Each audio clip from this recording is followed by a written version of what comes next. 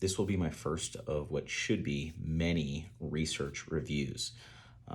The plan for these research reviews is to introduce what the current research states towards a given topic.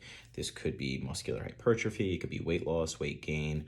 I'm going to start talking about sprinting because lately I've been very much so obsessed with sprinting, acceleration, max velocity, and those things.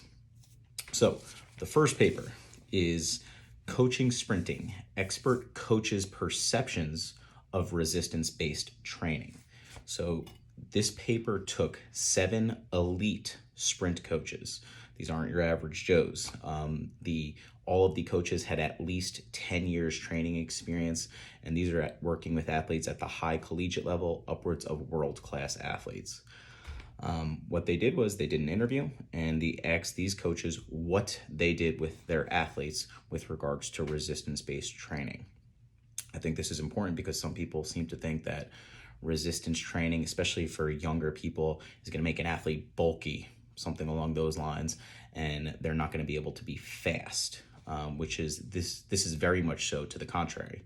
Like, you have to be in the weight room if you want to be faster or jump higher. And this isn't just for sprinters, this is for team sport athletes as well. So what were the major findings of this paper? Okay, so of the 7 elite coaches, the most common intervention was the barbell back squat, right? So 6 of the 7 coaches used some variation of the barbell back squat.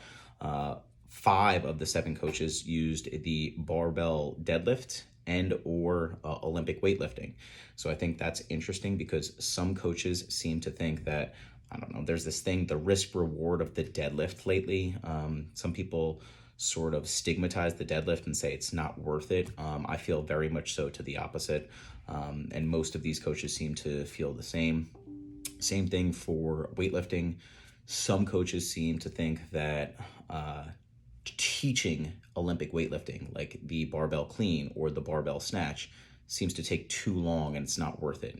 They could do other interventions like a box jump or something to train explosive hip extension. But 5 of the 7 used weightlifting. I think some interesting findings are only 1 of the 7 used a leg press.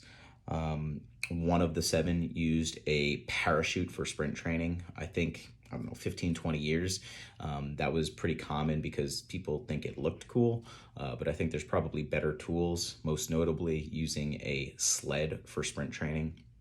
And many of the coaches used the sled for sprint training. Last thing I'll say is every single one of the coaches in their training interventions used a form of periodization, and that's how they programmed their resistance training interventions with their athletes. I do have a quote which I think I agree with wholeheartedly. It was, "My philosophy would be very firmly that they need strength development.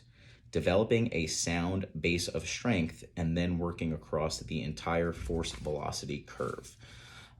This is pretty much sums up exactly how I feel about resistance training and sprinting max velocity, whether it's a sprinter or a team sport athlete. You have to be strong.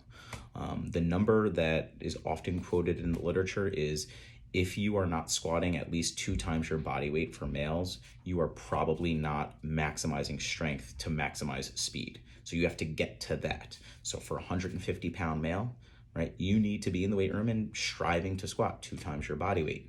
Otherwise, you're probably not doing enough to maximize speed. I think that's pretty much it. This is my first paper. We're going to dive into another paper which summarizes the entire body of literature in research regarding speed and max velocity.